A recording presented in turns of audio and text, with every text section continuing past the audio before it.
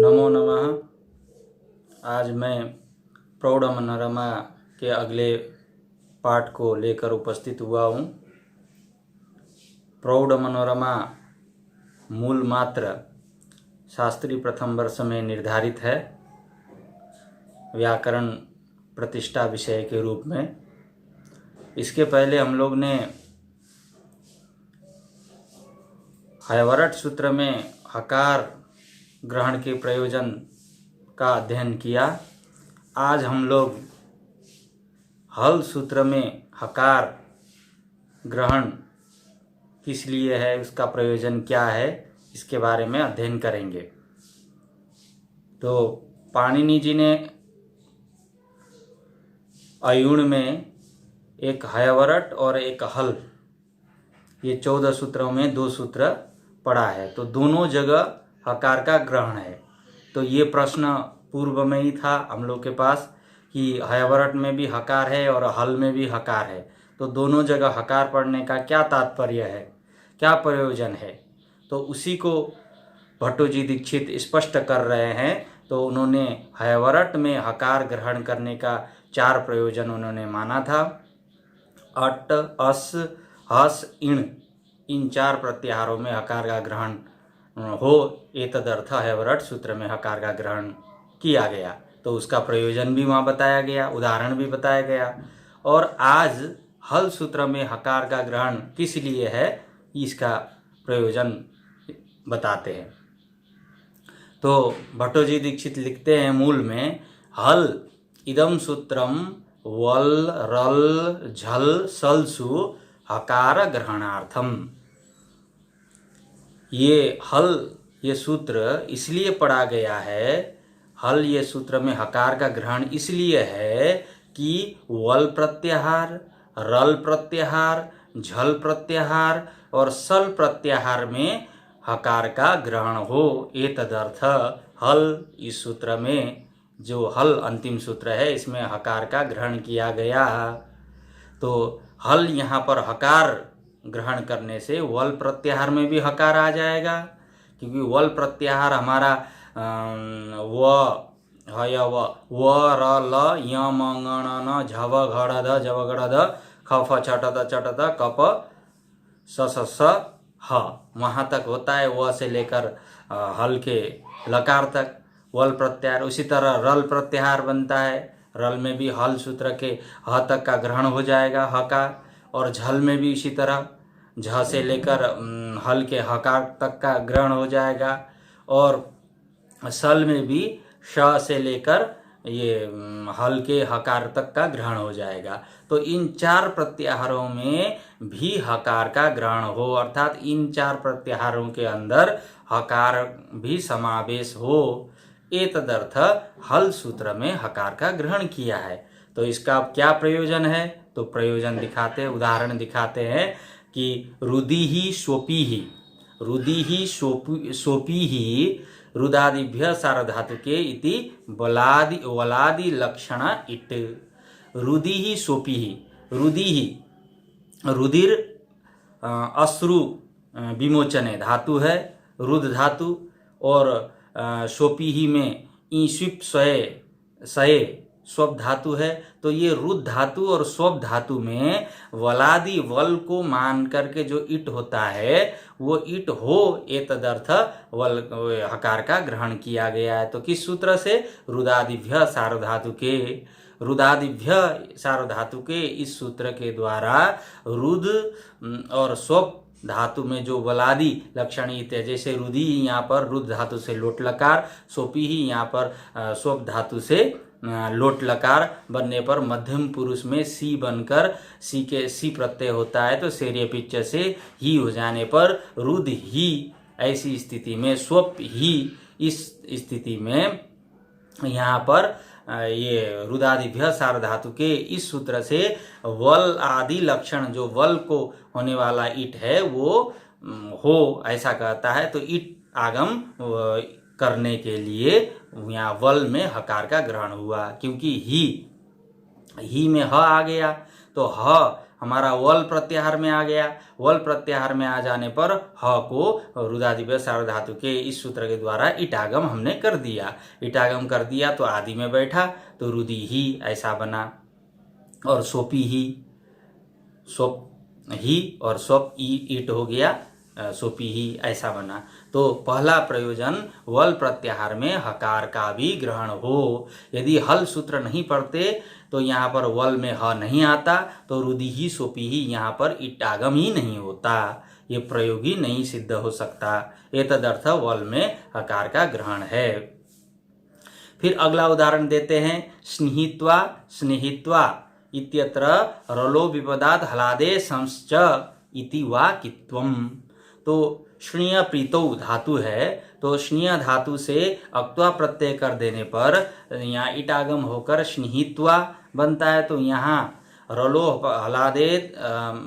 विपदात् हलादेशंश्च इस सूत्र के द्वारा विकल्प से जो अक्त्वा है से ईटागम से सहित जो अक्त्वा है उसको कित्व हो गया। तो कित्व विकल्प से हो गया तो किंगी तीचा से यहाँ पर ईटागम जो पुगंत लघुपद से गुण, ईटागम नहीं गुण, पुगंत लघुपद से जो गुण प्राप्त है उसका कित्व होने के कारण निषेध कर देता है, तो स्नेहित्वा बनता है। तो जब विकल्प से नहीं होगा, उसको कित्व नहीं करेंगे तो उससे गुण हो जाता है, तो स्नेहित्वा बनता है। तो यहाँ प्रयोजन क्या है कि रलो विपदात् हलादेशंश्च इस सूत्र से स्नेहित्वा यहाँ पर कित्व करना है, क्योंकि रल प्रत्याहार में जब हम हकार का ग्रहण करेंगे तो यहाँ स्नेह ई त्वा ऐसी स्थिति में, तो यहाँ स्नेह में ह आ गया, तो ह आ जाने पर वह रल है तो रलंत धातु कहता है। तो स्नेह धातु रलंत धातु है, उससे परे ईटागम से सहित जो अक्त्वा प्रत्यय है उसको विकल्प से कित्व हो गया। तो कित्व होकर यहाँ गुण का निषेध करना है विकल्प से। जब जिस पक्ष में कित्व नहीं होगा उस पक्ष में गुण हो जाएगा, स्नेहित्वा ये बनेगा। तो ये रल में हकार ग्रहण करने का प्रयोजन था। अब अगले में झल में हकार ग्रहण करने का प्रयोजन बताते हैं। अदागधाम यहाँ पर झलोझली सूत्र से सकार का लोप करना। तो यहाँ दह भस्मीकरणे धातु है, दह भस्मीकरणे धातु से लुंग लकार में दह चिली और तस हो जाता है, फिर तस के स्थान पर ताम हो जाता है, फिर चिली के स्थान पर सिच हो जाता है। तो और दह को वृद्धि हो जाने पर दाह स ताम ये स्थिति बनती है। दाह स ताम, दह धातु से लुंग लकार में अटागम हो जाने पर दह बनता है। फिर वहाँ प्रथम पुरुष के द्विवचन में तस आता है, तो तस के स्थान पर तस तस तम तांतन ताम से ताम हो जाता है। तो फिर चिली के स्थान पर सिच होकर चले सिच से सिच होकर स बनता है, और दह को उपधा को वृद्धि हो जाने पर दाह स ताम। इस स्थिति में झलोझली सूत्र से यहाँ पर सिच संबंधी जो स है उसका लोप करना है, क्योंकि झल से परे स का लोप होता है झल पर होने पर। यदि हम झल प्रत्याहार में हकार का ग्रहण कर लेते हैं तो यहाँ दाह में जो ह है वो झलंत हो गया, तो झल से परे सिच हो गया स, और झल आगे झल भी पर है ताम का अतः सकार का लोप हो गया। तो ये प्रयोजन था झल में हकार ग्रहण करने का। हल सूत्र में जब ह हम रखेंगे तो झल में आ जाएगा, क्योंकि झ भ घड़ ध जब गड़ ध ख फ चटत कप स ह, तो इसमें हकार का भी ग्रहण हो गया। ये प्रयोजन। अंतिम प्रयोजन है सल प्रत्याहार में हकार का ग्रहण हो, एतदर्थ हल सूत्र में हकार पढ़ा गया है। तो सल का क्या उदाहरण है, तो अलिक्षत उदाहरण दिया है भट्टूजी दीक्षित ने। अलिक्षत में लीह आस्वादने धातु है, तो वहाँ भी लुंग लकार में लीह चिली ती होता है, त होता है। तो अ चिली के स्थान पर वहाँ सल युगपदा दंडितः कस, इस सूत्र के द्वारा कस प्रत्यय करना है चिली के स्थान पर। तो वो क्या कहता है, सलंत धातु हो और इक उपधा में होने वाला, इक उपधा में होने वाला सलंत धातु है। जब हम सल में हकार का ग्रहण करेंगे तो यहाँ लीह में ह क्या हो गया, सलंत हो गया, और इक उपधा भी है, लीह का ल का ई।